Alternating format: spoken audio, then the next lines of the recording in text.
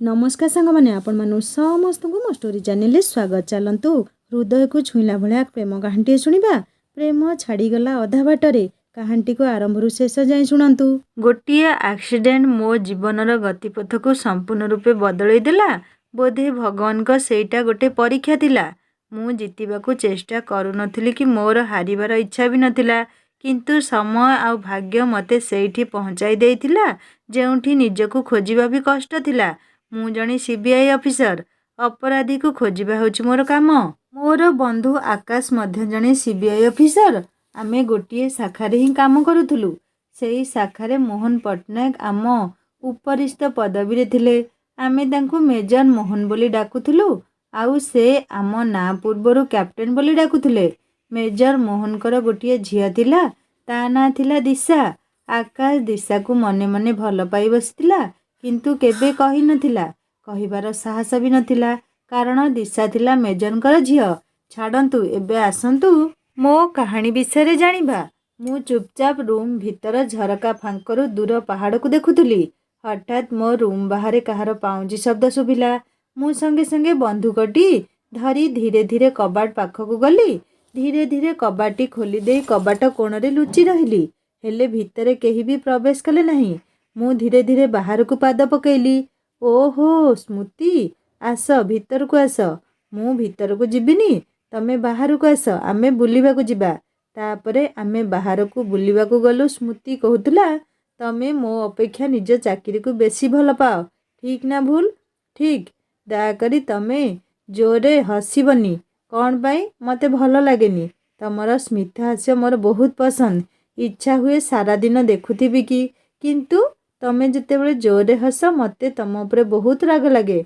एहार अर्थ एहा जे मु मन खोली केबे हसी पारिबिनी ना? हसी पारिबो बेले बेले, रागरे मुह बुले ठीक अछि। तम राग भी मते भल लागेनी। जानिछि मु जहा कले भी तुमको भल लागेनी। हठात गोटे फोन आसिला। आकाश फोन थिला। से कहूतला मेजर आमको तांको घर को डाकिछंती। मु स्मृति को चाहि कहूतली, स्मृति मते जीवा को पड़िबो, जाउन, मु कौन बांधिकी रखिछि? टिके पाखकु आसिबो कि? मु पाखरे ही अछि। कुओ कौन कहिबो? I love you. आउ टिके पाखकु आस। कौन पाई? अरे चारिआडे लोक अछंती, समस्ते निज कामरे व्यस्त अछंती। तमे आसिबो ना मु चली जिबी? अरे रागिबारे कौन अछि? तापरे स्मृति मते आई लव यू कही भिड़ी धरिला। संध्या बेले मु आउ आकाश मिसी मेजरको घर को गलु। भाबिथिलु किछि केस अछि बोधे, किंतु कथाटा अलगा। दिशार जन्मदिन थिला। बहुत भल भावे साजसजा होइथिला। अनेक अतिथि आसीथिले। दिशा को देखी आकाश पागल हो जाउथुला। प्रकृतरे भी दिशा बहुत सुंदर लागुथुला। आज ही दिशा सह आकाशर भेट करिबाकू पड़िबो। आकाश तो केबे कहि परिबनी, मते ही कहिबाकू पड़िबो। मु सुजोग खोजुथुली, आउ मते सुजोग भी मिलिगला। मु ता पाखकू जाई कहूथुली, हेलो मु captain Sameer, CBI major Mohan, मो senior. By the way happy birthday. Thank you. आकाश आड़कू हाथ बढ़े से हेउची कैप्टेन आकाश। से तुमको बहुत पसंद करुची। एहार अर्थ तमे मते पसंद करुन? नाही, कथाटा ठीक सेमिति नुह। मु भी पसंद करुची, किंतु हेलो कैप्टेन सीधा सीधा कहून, तमे मते प्रपोज करुछ? मिछटारे काहेकी कथा बुलाउछ? किंतु मोर लव रे कोनोसी आग्रह नाही। मु आकाश आड़कू चाही मुंड हलौथिली।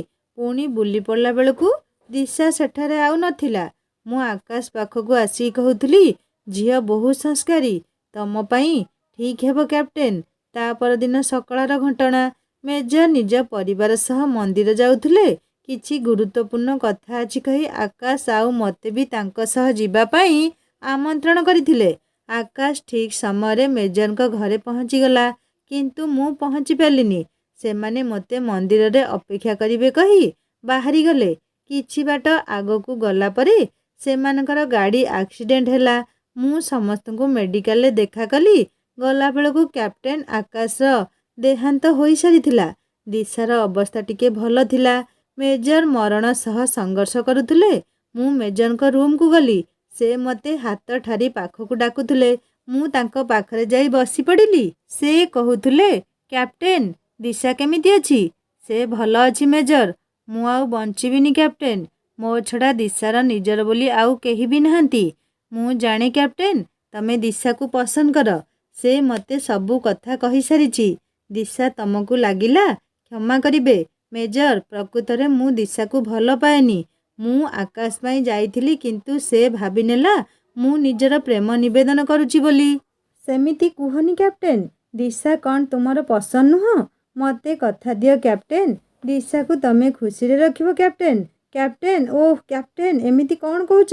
ଏମିତି କହି କହି ସେ ମୋ ଆଡ଼କୁ ହାତ ବଢ଼େଇଲେ। ମୁଁ ତାଙ୍କ ହାତ ଉପରେ ହାତ ରଖି କଥା ଦେଲି ଯେ ମୁଁ ଦିଶାକୁ ଖୁସିରେ ରଖିବି। ଠିକ୍ ତାପରେ ପରେ ମେଜର ମୋହନ ଆରପାରିକୁ ଚାଲିଗଲେ। ମୁଁ କ'ଣ କରିବି ଜାଣିପାରୁନଥିଲି। ସ୍ମୃତିକୁ ମୁଁ କେମିତି ଧୋକା ଦେଇପାରିବି? ଅନ୍ୟ ପାର୍ଶ୍ୱରେ ଦିଶାକୁ ଏକୁଟିଆ କେମିତି ଛାଡ଼ି ଦେଇପାରିବି? ସ୍ମୃତି, ମୁଁ ଓ ଦିଶା। ମେଜର ମରିଯିବା ପରେ ମୁଁ ଦିଶା ପାଖକୁ ଗଲି। ଡାକ୍ତରଙ୍କ କହିବା ଅନୁସାରେ ଦିଶା ନିଜର ଅତୀତ ଭୁଲି ସାରିଥିଲା। ତା'ର ଏପରି ଅବସ୍ଥାରେ ତାକୁ ଏକୁଟିଆ ଛାଡ଼ିଦେବାଟା ଜମା ଠିକ୍ ନୁହଁ। ସେଇଥିପାଇଁ ତାକୁ ତା ଘରକୁ ନେଇ ମୁଁ ସବୁବେଳେ ତା ପାଖେ ପାଖେ ରହିଲି। ସେ ବେଳେବେଳେ ଚୁପ୍ ହୋଇ ରହୁଥିଲା, ଆଉ ମୁଁ ତାକୁ ପଚାରୁଥିଲି, ଦିଶା, କ'ଣ ଅସୁବିଧା ହୋଇଛି କି? ନା, ତମେ ମୋତେ ବାହା ହୋଇଛ? ନା ତ, ହେଲେ କ'ଣ ପାଇଁ? ଯଦି ତମେ ମୋତେ ବାହା ହୋଇନ, ଏଠି କ'ଣ କରୁଛ? ପ୍ରକୃତରେ ଆମ ଭିତରେ ସମ୍ପର୍କଟା କ'ଣ? ଆମେ ଫ୍ରେଣ୍ଡ। ତମେ କାମ କ'ଣ କର? ମୁଁ ଜଣେ CBI ଅଫିସର।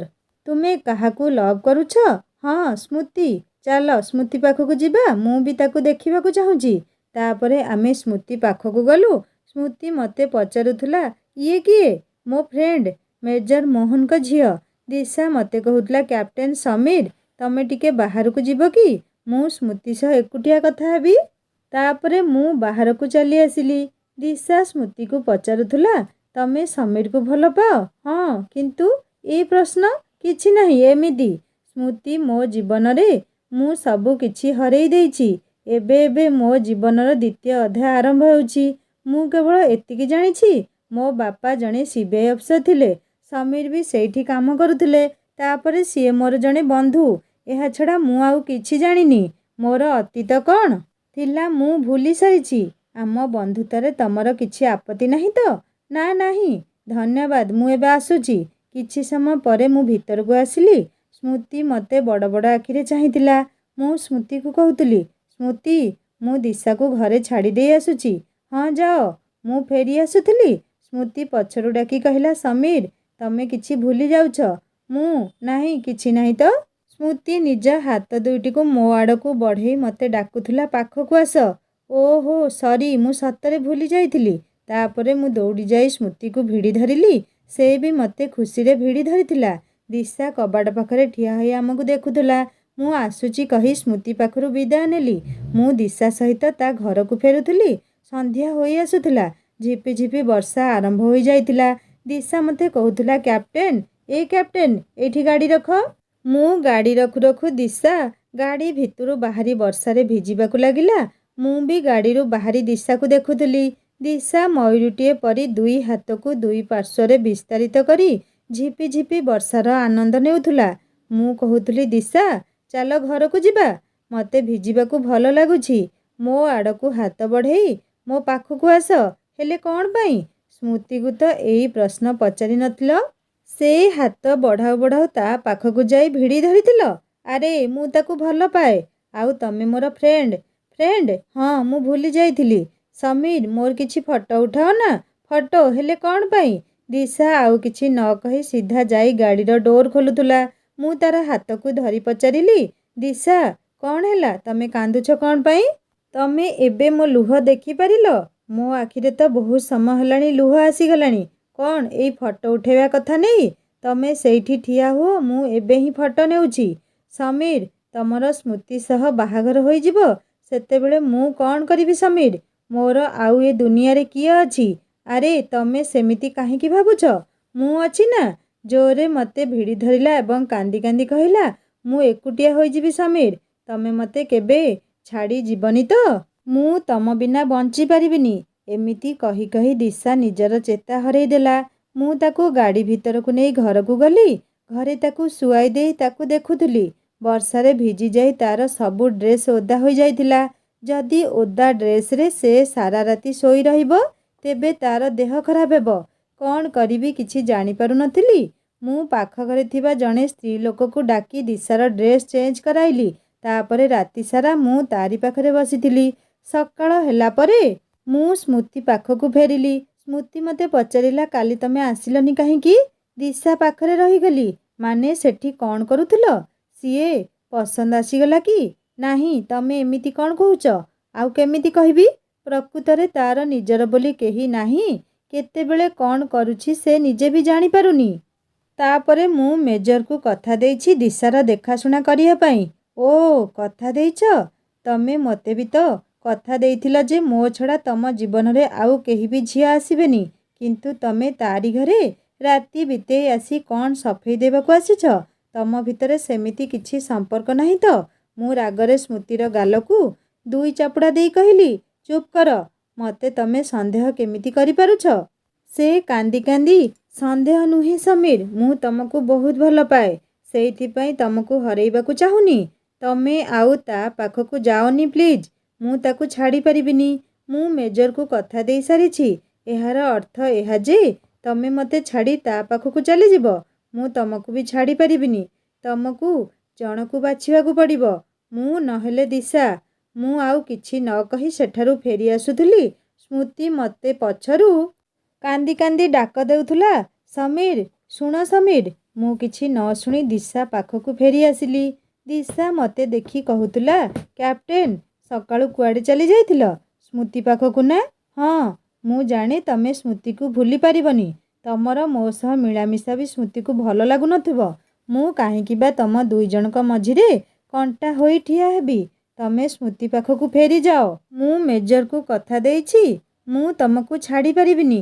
କିନ୍ତୁ ମୁଁ ଗୋଟେ ଝିଅ ହୋଇ ଆଉ ଗୋଟେ ଝିଅର ଜୀବନ ନଷ୍ଟ କରିପାରିବିନି। କିନ୍ତୁ କ୍ୟାପ୍ଟେନ୍, ତମେ ଆଉ କିଛି ନ କହି ଫେରିଗଲେ ମୁଁ ଖୁସି ହେବି। ମୁଁ ଆଉ କିଛି ନ କହି ଫେରି ଆସୁଥିଲି। ନା ଏ କୂଳରେ ହେଲି, ନା ସେ କୂଳରେ ହେଲି। ମଝି ନଈରେ ଠିଆ ହୋଇ ସମୟକୁ ଦୋଷ ଦେଉଥିଲି। ପ୍ରେମ ମୋତେ ଆଣି ଅଧା ବାଟରେ ଛାଡ଼ି ଦେଇଥିଲା। କେଉଁଆଡ଼େ ଯିବି ଜାଣିପାରୁନଥିଲି। କାହାକୁ ନିଜର କରିବି ଭାବି ପାରୁନଥିଲି। ମେଜରଙ୍କୁ ଯେଉଁ କଥା ଦେଇଥିଲି ସେଇ କଥାକୁ ରଖିବାକୁ ପଡ଼ିବ। ଆଉ ଅନ୍ୟ ପାର୍ଶ୍ୱରେ ସ୍ମୃତିକୁ ବି ଭୁଲି ହେବନି। ମୁଁ ଜାଣିଛି ମୁଁ ସ୍ମୃତିକୁ ବୁଝେଇ ପାରିବି।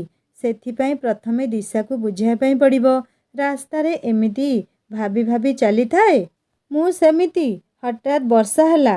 କାହିଁକି କେଜାଣି ସେଦିନ ଭିଜିବାକୁ ବହୁତ ଇଚ୍ଛା ହେଉଥିଲା।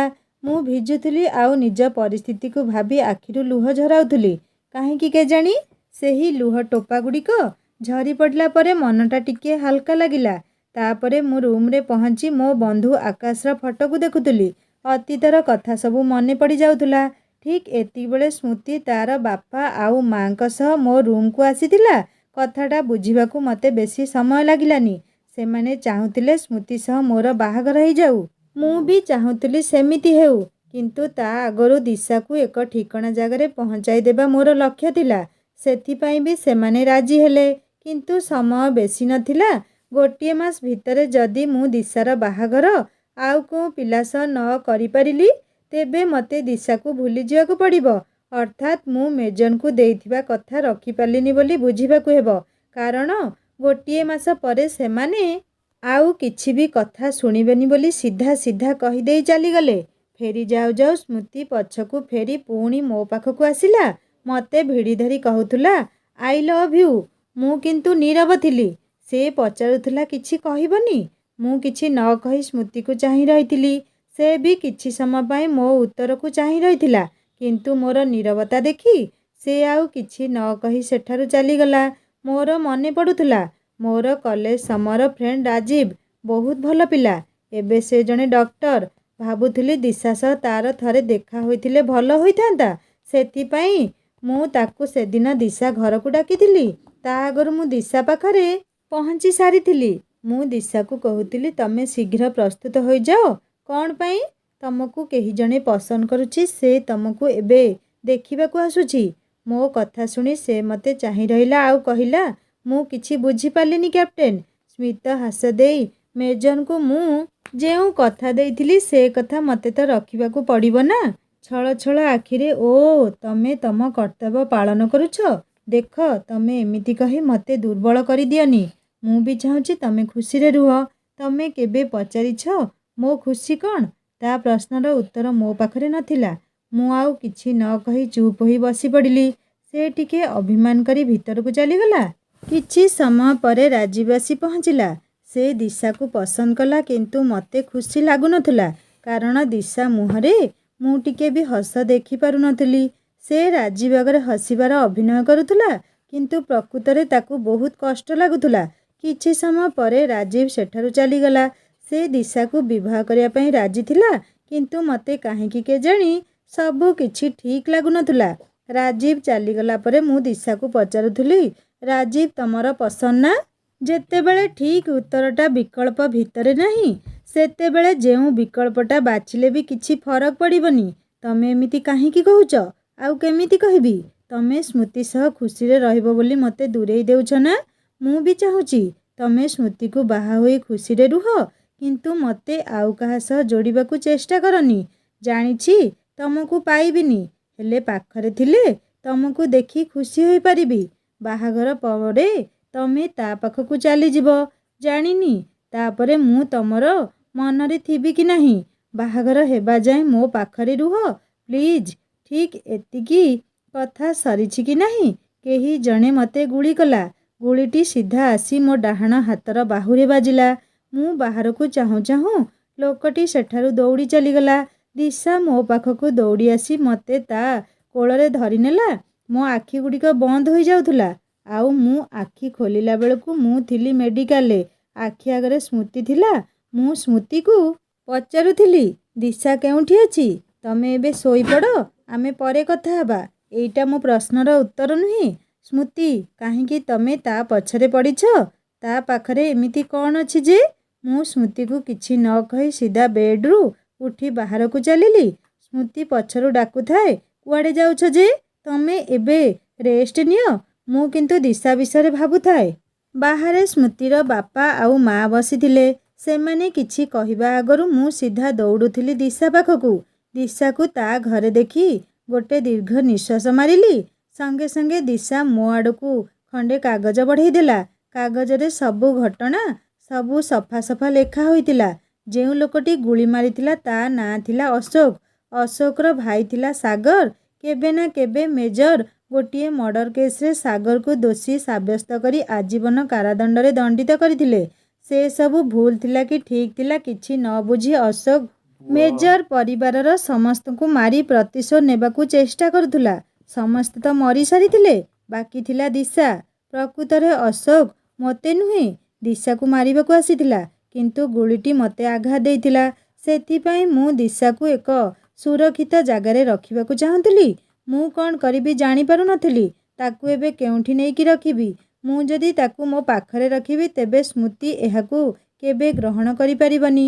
ସବୁଠୁ ଭଲ ହେବ ସ୍ମୃତି ଘରେ ଯଦି ଦିଶାକୁ ରଖିବାରେ କିଛି ଆପତ୍ତି ନ ରଖିବେ। ସେଥିପାଇଁ ମୁଁ ସ୍ମୃତି ଘରକୁ ଯାଇ ସବୁ ଘଟଣା ଖୋଲିକି କହିଲି। ସେମାନେ କିନ୍ତୁ ମୋ କଥା ଶୁଣି ଟିକେ ଡରିଗଲେ। ଦିଶା ତାଙ୍କ ଘରେ ରହିଲେ ତାଙ୍କ ପ୍ରତି ବିପଦ ଆସିବ ବୋଲି ସେମାନେ ଅନୁଭବ କଲେ, କିନ୍ତୁ ବହୁତ ବୁଝେଇବା ପରେ ସେମାନେ ରାଜି ହେଲେ। କିନ୍ତୁ ମୋ ପାଇଁ ଚିନ୍ତାର ବିଷୟ ଥିଲା, ସ୍ମୃତି ଆଉ ଦିଶା ଗୋଟିଏ ଘରେ ରହିବେ କେମିତି? ତା ପରଠାରୁ ଯେତେବେଳେ ବି ମୁଁ ସ୍ମୃତି ଘରକୁ ଯାଉଥିଲି, ପ୍ରଥମେ ଦିଶାକୁ ଖୋଜୁଥିଲି, କିନ୍ତୁ ସ୍ମୃତିକୁ ଏସବୁ ଭଲ ଲାଗୁନଥିଲା। ସେ ମୋତେ ପଚାରୁଥିଲା, ସମୀର, ତମେ ଏମିତି କାହିଁକି କରୁଛ? ଜାଣିଶୁଣି ମୋତେ କାହିଁକି କଷ୍ଟ ଦେଉଛ କହିଲ? ସେମିତି କିଛି ବି ମୁଁ କରୁନି ସ୍ମୃତି। ଦିଶା ସବୁଦିନ ଖୁସିରେ ରହିବ ବୋଲି ମୁଁ ମେଜରଙ୍କୁ କଥା ଦେଇଛି। ସେଥିପାଇଁ ତାକୁ ନେଇ ଚିନ୍ତା ବଢ଼ିଯାଇଛି। ଆଉ ମୋ କଥା କ'ଣ? ତମେ କ'ଣ କହିବାକୁ ଚାହୁଁଛ? ଯଦି ଦିଶା ବି ଚାହୁଁଛି ଆମ ବାହାଘର ହେଉ, ତେବେ ବାହାଘରେ ଏତେ ବିଳମ୍ବ କ'ଣ ପାଇଁ? ତାହେଲେ କ'ଣ କରିବା କୁହ? କାଲି ହିଁ ଆମ ବାହାଘର ହେବ। ଠିକ୍ ଅଛି। ସନ୍ଧ୍ୟାବେଳେ ମୁଁ ଆଉ ଦିଶା ଛାତ ଉପରେ ଠିଆ ହୋଇ ଆକାଶକୁ ଚାହିଁଥିଲୁ। ମୁଁ ଦିଶାକୁ କହୁଥିଲି, କାଲି ସ୍ମୃତି ସହ ମୋର ବାହାଘର ହେଉଛି। ସ୍ମିତ ହାସ୍ୟ ଦେଇ ଦିଶା କହିଲା, ଅଭିନନ୍ଦନ ଜଣାଉଛି, କିନ୍ତୁ ମୋ ପାଖରେ ତମକୁ ଦେବା ପାଇଁ କିଛି ବି ଗିଫ୍ଟ ନାହିଁ। ଦିଶା କଥା ଶୁଣି ମୁଁ ମୁହଁ ବୁଲେଇ ନେଲି। ମୁଁ ଜାଣିଥିଲି ସେ ଯାହା କହୁଛି ସେଇଟା ତା ହୃଦୟର କଥା ନୁହେଁ। ସେ ମୋ ପାଖରେ ଅଭିନୟ କରୁଛି। ତାକୁ ମୁଁ କେମିତି ବୁଝେଇବି? ମୁଁ ପୁଣି କହୁଥିଲି, ତମେ ଖୁସି ଅଛ ନା? ସେ ମୋତେ କିଛି समय नीरव होई चाहि रहिला आउ तापरे जोरे हसी हसी कहिला, मु बहुत खुशी कैप्टेन। तापरे मु आउ किछि न कहि सेठारु चली आसिली। पाहाच पाखरे ठिया होई दिशाकू लुचि लुचि देखुथुली। से सेमिति हसु हसु दुई टोपा लुह ता आखिरु झरीगला। आउ तापरे से जोरे कांदिबाकू लागिला। ताकू एमिति देखि मो आखिरु भी लुह झरीगला। ता परदिन आमे समस्ते मंदिरकू गलु। मते काहींकि केजाणी किछि ठीक लागु न थाए। मु आउ दिशा सह अन्याय करुनी तो सेथिपाई मु बेले बेले दिशाकू देखुथाए। से मते चाहि मिछरे हसी दिए। स्मृति को एसबू ठीक लागु न थाए। स्मृति जानी पारुथाए मो मलिन चेहरार कारण हेउछि दिशा। हठात गोटिए गुली आसी मंदिरर कांथरे बाजिला। समस्ते चमकी उठिले। आउ गोटे गुली दिशा देहरे बाजिबा आगरु स्मृति ताकू ठेली देला। फलरे गुलीटी जाई स्मृति देहरे बाजिला। एथर किंतु अपराधी अशोक धरा पड़ीगला। कारण अनेक पुलिस सिक्यूरिटी भितरे से आउ खसी जाई पाला नहीं। स्मृति मते हाथ बढ़ेई तले पड़ू पड़ू मु ताकू धरी नेली। तार आखि बुझी होई जाउथाए। से मते कहूथाए, तमे मते बाहा हेले दिशा कथा किए बुझिब जे? ता कथा सुनी मो आखिरु लुह झरी पड़ुथाए। मु कहूथाए, ना तमर किछि हबनी, मु अछि तम पाखरे। दिशा तमकू लागिला आई लव यू एति कहिछि कि नहीं से सबुदिन पई आखि बुझीदेला। मु ताकू भिड़ी धरी लुह झरेई कहूतुली आई लव यू, किंतु से आउ ए दुनिया रे नथिला कि मो कथा सुनी पारु नथला। तापरे दिशा सह मोर बाहाघर होईगला। स्मृति को हरेई मु सिना दिशा को पाईगली, किंतु स्मृति बिना मु पुणी सेई अधा बाटरे ही रहीगली। सांगमाने कहानीटी को एठी समाप्त करुछि। कहानीटी केमिति लागिला मते निश्चय कमेंट करी जणेबे। आउ जदि कहानीटी आपण मानकर हृदय को छुई पारथा ता लाइक टे करिवे, सांग मान सहित शेयर करिवे। आउ जदि मो चैनल नुआ अछंती ताल सब्सक्राइब करी बेल आइकन दबे देबे। जल्दी देखा हबो पुणी आपण मान सहित गोटिए नुआ कहानी सहित। हिंदी स्टोरी चैनल नुआ कहानी अपलोड हो जाए। आपण माने विजिट करी कहानी सुनंतु। लाइक शेयर सब्सक्राइब करियो केबे भूलेनी। रहउची नमस्कार, जय जगन्नाथ।